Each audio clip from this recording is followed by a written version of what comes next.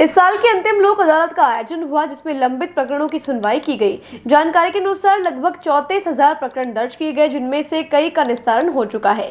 इस लोक अदालत में आपसी सुलह के जरिए मामलों का निराकरण किया गया। नेशनल लोक अदालत के लिए खंडपीठों का गठन कर विभिन्न प्रकरणों तथा प्री लिटिगेशन का निराकरण किया गया। देखिए, जैसा आपको सबको पता है कि आज माननीय राजस्थान राज्य विधिक सेवा प्राधिकरण के तत्वाधान में ये इस वर्ष की अंतिम चतुर्थ लोक अदालत का आयोजन किया जा रहा है, जिसमें सभी प्रकार के प्रकरण जो न्यायालय में लंबित है और जो प्री लिटिगेशन प्रकरण अर्थात ऐसे प्रकरण जो भविष्य में जाके न्यायालय में इनमें वाद दर्ज होता है, ऐसे प्रकरणों को रखा गया है।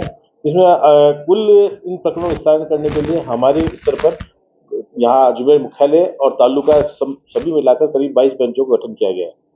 इन बेंचों में हमारे न्यायिक अधिकारियों के साथ साथ एक सदस्य को भी बनाया गया है। रेवेन्यू बोर्ड में भी एक बेंच का गठन किया गया है। राजस्व मामलों के निस्तारण के लिए भी एक बेंच का गठन किया गया है।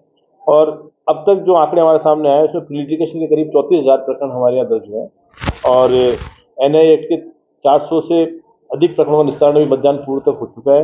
इसी प्रकार एमएससीटी के भी करीब 162 से ज़्यादा प्रकरणों का निस्तारण मतदान पूर्व तक हो चुका है।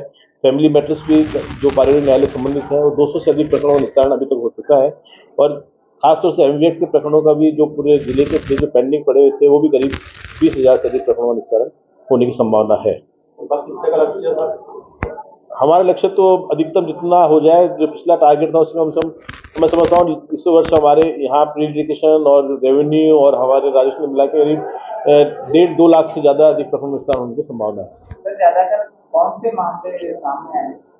देखिए, विशेष रूप से हमारा जो माननीय राजस्थान विधिक सेवा प्राधिकरण का भी टारगेट था वो ये था कि जो वैवाहिक विवाद है, जो पक्षकारों में छोटी छोटी बातों को लेकर विवाद हो जाते हैं, उनमें पक्षकारों में वापस आपसी सहमति बन जाए और आपस साथ रह लें, उनको निस्तारण करने का प्रयास है। इसी तरह से दुर्घटना संबंधित जो मामले हैं, मोटर दुर्घटना संबंधित, उनमें पक्षकारों को लंबे समय तक 3-3, 4-4 साल तक वो एक मुकदमा लड़ते रहते हैं, तो उनको शीघ्रता से उनका क्लेम मिल जाए तो उनका जो दुर्घटना में जो भी क्षतिपूर्ति हुई है या जनहानि या धनहानि जो भी हुई है उसको तुरंत क्लेम मिल जाए तो अपना आगे जीवन अपना चला सके उसमें। और इसी प्रकार से जो 2 लाख तक के और 3 लाख तक के छोटे छोटे चेक के मुकदमे हैं, उनमें पक्षकार आपस में सालों से लड़ रहे हैं, तो कोशिश रहती है कि उनमें आपस में बैठा के संवाद करके चेक अमाउंट पे या आपस में सेटलमेंट अमाउंट करके उनको निस्तारण कर दिया जाए।